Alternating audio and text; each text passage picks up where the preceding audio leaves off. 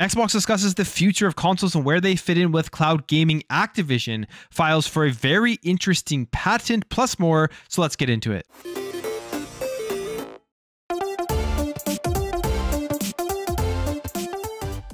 So as we move through this generation of gaming, a lot of people are asking the question if this is going to be the last generation where consoles are being sold, and is that transition over to cloud gaming into an ecosystem where you just log into whatever device you're on, is that going to be the replacement going forward for the future of video games? My opinion overall before this generation started was that, hey, maybe this will be the last generation of consoles, but with how well consoles are selling this time around, even though they can't even get the amount of supply out there to meet the demand, I think we're going to have at least another generation of consoles.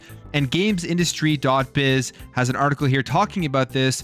They talked to Pav Bardawa from Xbox, who is the senior global product manager at Xbox Game Pass. And they also talked to Gus Grimaldi, who is Samsung Electronics head of products for Europe. And as we know, Xbox and Samsung have joined together to add Xbox Game Pass to their gaming hub on Samsung TVs. They went over cloud gaming and what they think this means for the future of gaming. So first of all, if you look at the 2022 Samsung Smart TVs and their gaming hubs, right now you have Microsoft's Xbox Game Pass, Nvidia's GeForce Now, Google Stadia, Amazon Luna, and even PC subscriptions like Utomic, which are all easily accessible right through their gaming hub. You don't need any additional hardware to play any of the games through these services. This is all via the cloud.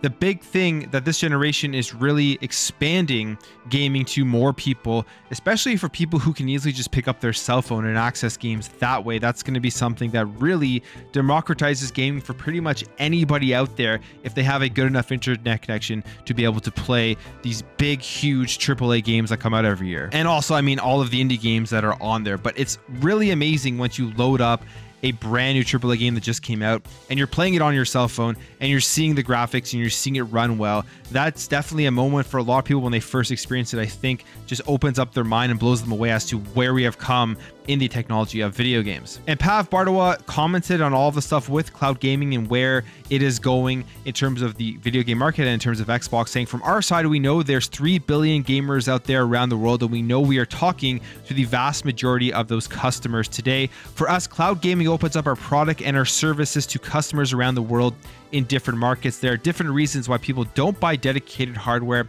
affordability, accessibility, maybe they're lapsed gamers or already own devices for other platforms. We really think this is about accessibility and choice. And then you have Gus Grimaldi here commenting on this as well, saying people who already know all of these AAA games probably already have their console or PC setup. We want to open up the ecosystem so you're able to play these games, taking the friction out so you can try the best games out there, or maybe games for your kids or some other demographic within your house. You can all have a go and try it out. It's about giving people the choice. Not everybody is a professional gamer. So right there, you could see in both of those comments that the way that they are looking at cloud gaming now and into the future isn't to be replacing the actual devices and the consoles and the PCs that are out there. That will always be a huge market within the gaming industry, but it's just to give people who aren't really into the tech, aren't really into having the latest hardware to play these games natively, the ability to, hey, say they turn on the TV, they see Netflix there, they see Xbox Cloud Gaming, to decide today I want to play video games, go in there and just quickly jump into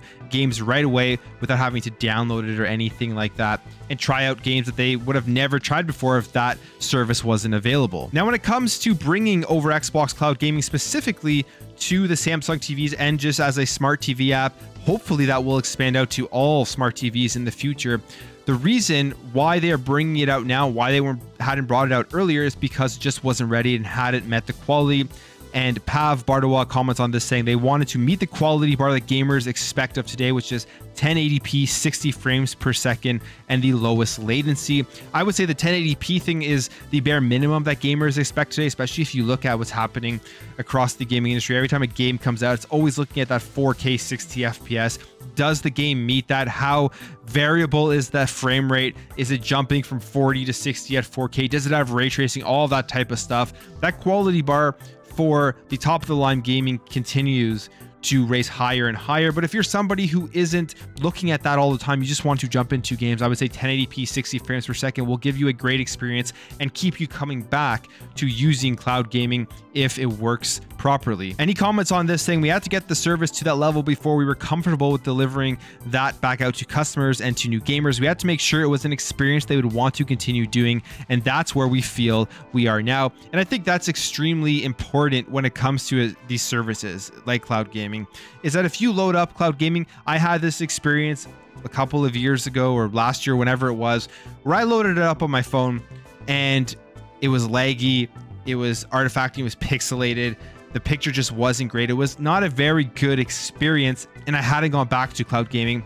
And then recently, over the last few months, I feel like they've made some huge changes where Xbox Cloud Gaming has really greatly improved, especially on something like the Steam Deck, where every time I load into a game now on Xbox Cloud Gaming, I don't experience any of those issues. I'm into it. It looks great. There isn't stuttering. There isn't really lag with my controllers, or at least I don't really feel it. The latency that I'm sure there is some there, but I don't feel it enough to affect my gameplay.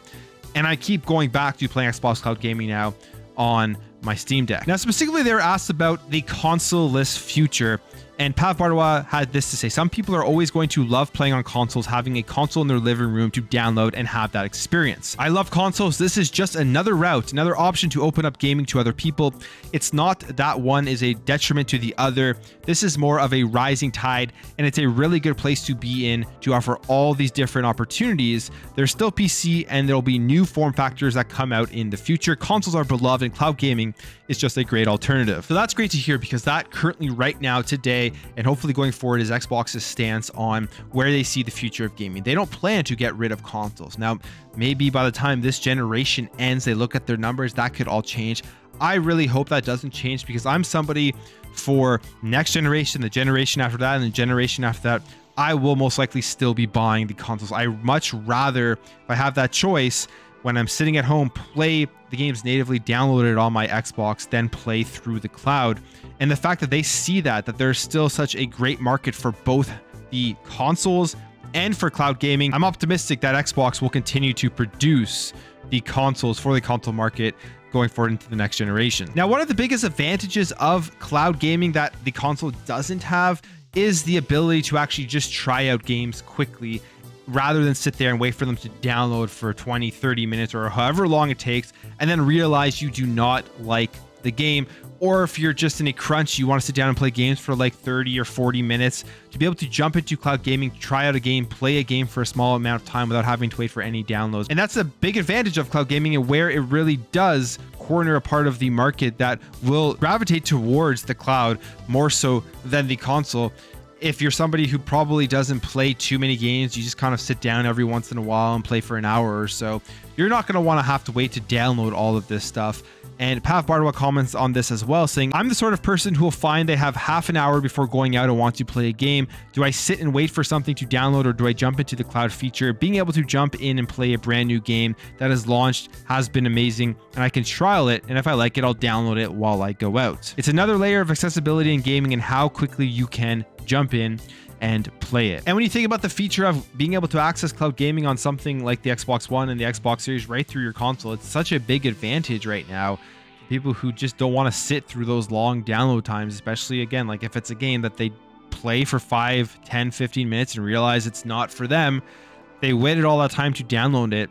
It's definitely a worse option than having to just quickly load it up on Xbox Cloud Gaming. And in a world right now where we don't have rentals anymore, we don't really have too many demos that come out, small files you can quickly download and try out, I think this is going to be a great feature going forward. So all in all, this was just a good insight as to how Xbox is looking at cloud gaming.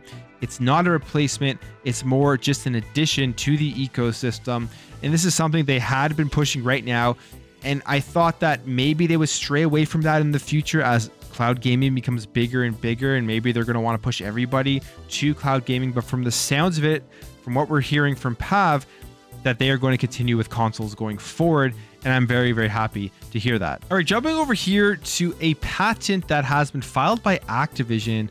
It's a very weird patent. I don't know how this would actually work out in real life and if it's something that would be sustainable, but it has to do with dynamically generating games based on what players are watching. And yes, it's mixing two mediums together, which is watching TV or watching movies and playing video games. We live in a world right now where you are really being pulled with your attention to the Netflixes or to the Xbox Game Pass, and you have to choose in your spare time what you want to do more. For me, it's like 95% of the time going and playing video games. I really don't watch that much TV because when I do have spare time, I'm spending it playing games. And it seems like this patent is going to be something that may allow me to do both and take my attention and split it in two and allow me to play games and watch TV. So the patent discusses how many players are now choosing to play games while simultaneously enjoying other entertainment mediums such as online streams or television shows. Now, that is definitely something a lot of people do. I actually do that myself, but I don't watch really anything. If I'm playing a video game, I usually have maybe a podcast on or listening to a YouTube video where you don't need to pay attention. You don't need to look at anything to take it in. But at the same time, it really has to be combined with a specific video game, a game where you don't need to listen to the dialogue, you don't need to listen to the atmosphere, you don't really need to listen to the story. So maybe first-person shooters, online matches where I don't really care about the results, I'm just in there having fun. Maybe playing sports games where I don't really need to listen to the commentary, so I put on something else. So that's definitely something that's happening, and Activision is looking to capitalize on this. They say here that the patent hints that data from the video currently being viewed could be used to dynamically alter the content of the video game. And here's a picture of the patent. There's a football game on in the background, and then there is a game in the picture-in-picture in the bottom right corner, which, I mean, if there is something that you're going to be able to watch and then play video games at the same time with, probably sports is something that can be done with, because you're just kind of watching the play itself. Sometimes you don't need to listen to the commentary and all that type of stuff. But nobody knows exactly what this means within this patent. It says it's unclear, however, whether this means that the game will simply be dynamically paused or moved around the screen in time with the other video content in order to keep the player from missing something important, or whether the content of the game could be directly influenced by the content of the current video. So that's interesting, because I have no idea how, like, if you're watching a football game or a hockey game or something and you're playing a game that has absolutely nothing to do with it, how that could influence what's going on within the video game. But if they were taking the video that you're watching, this game that you're watching, and pausing it during key moments, like just before a touchdown was thrown or just before a goal was scored, so that you can get through a part of the game, maybe get to a save point, or give you the ability to push pause so you can watch the action, that kind of would be something cool. And that probably would be more along the lines as to what they're thinking with this patent. But just an interesting patent. The companies file patents all the time. We don't know if they're going to be coming to fruition. We don't know if this is going to be something that's ever actually implemented, but we do know Activision is becoming a part of Xbox. And if you think back to the Xbox One, all of this stuff that they're talking about today, it almost seems like the Xbox One, which is way too far ahead of its time with things like Snap and having your TV integrated with your game console. Stuff like this is like, this is what the Xbox One was trying to do. And now we're here in 2022, and it looks like we're moving closer to that vision of what the Xbox One wanted to be, until it ultimately failed. So if you're a PUBG player, it is getting a major next generation update coming to both the Xbox Series X and S and the PlayStation 5. But there is a huge difference between the Xbox Series X version and the PS5 version. Not sure why this is the case. Maybe it's just because the Series X is more powerful, or maybe it's because the way that Xbox handles these upgrades and the smart delivery better than the PlayStation does, as we've seen multiple times where people have had just these long ways and things they have to go through in order to upgrade from a PS4 version to the PS5 version, where Xbox automatically knows which console you're on, no matter if you log into an Xbox One day and then go onto a Series X the other day. But here is the upgrade coming to PUBG. On the Xbox Series X, it will be getting 4K 60 FPS support. The Xbox Series S is getting the 60 FPS support, but it will still be at 1080p. Apparently it is staying on the Xbox One application, so that is the reason why.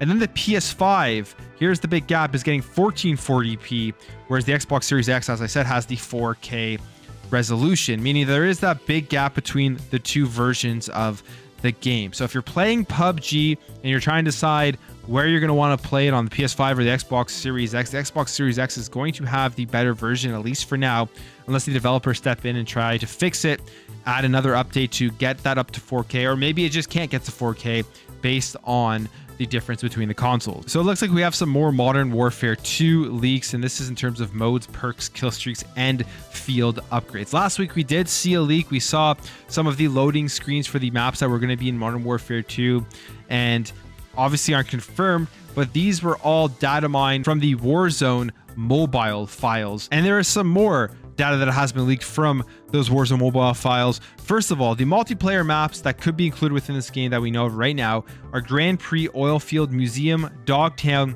Esports Gym, Exhume, Fallout, Favela, Firing Range, Floating Bay, Kill House, Lighthouse, Luxury, Mountain Town, and Narcos. And then you see here all of the game modes that have been data mined. Now, these aren't game modes we haven't seen before. I mean, this is something that you probably would have expected to be coming to Call of Duty Modern Warfare 2, especially if you played this game back in the day. But you can see here some of the game modes that have been data mined. Your favorite ones are here. Maybe it's not. Then you see the perks that have been data mined. Again, stuff that we've all seen before. Not going to go through the entire list. Then you have the kill streaks, UAV, fuel bomb, smoke airdrop, thermobaric strike, and cluster spike. And then you have the field upgrades as well: EMP, tactical camera, inflatable decoy, stimp pistol, battle rage, sonar pulse, and sound fail. Now, none of this has been confirmed, and this was all leaked via the Twitter user Reality, and it was collated by a Reset Era user. So take this for what you will. This may be true, this may be not. All of the stuff seems like and sounds like this would definitely be a part of Modern Warfare 2. We know the beta is coming up on September 15th, but that's first on PlayStation. And then the week after is going to be the crossplay beta, where everybody's going to be able to play across the different platforms, which also confirmed the fact that, hey, PlayStation still has that marketing deal with Call of Duty Modern Warfare, even with Call of Duty and Activision going to be an Xbox Game Studios game and Game Studios at some point in the future. Let's say this deal closes before the release of Call of Duty Modern Warfare 2. I don't think any of this stuff's going to change. I don't think Microsoft or anyone is going to go in there and cut this deal, especially because they're going forward with the stuff like the beta coming first to PlayStation. That's it for me, guys. Let me know your thoughts on Xbox's thoughts on consoles and cloud gaming working together. What do you think about that Activision patent? What are your thoughts on the Modern Warfare 2 leak? Are you excited about it? Do you think there's enough content there? Are you excited for this game to come out in October? And what do you think about PUBG being at 4K on the Xbox Series X, but only 1440p on the PlayStation 5? If you enjoyed this video, make sure to hit that thumbs up button. If you're new here, you liked what you saw, consider hitting that subscribe button. Thank you all for watching. Thank you for your support, and I'll catch you in the next video.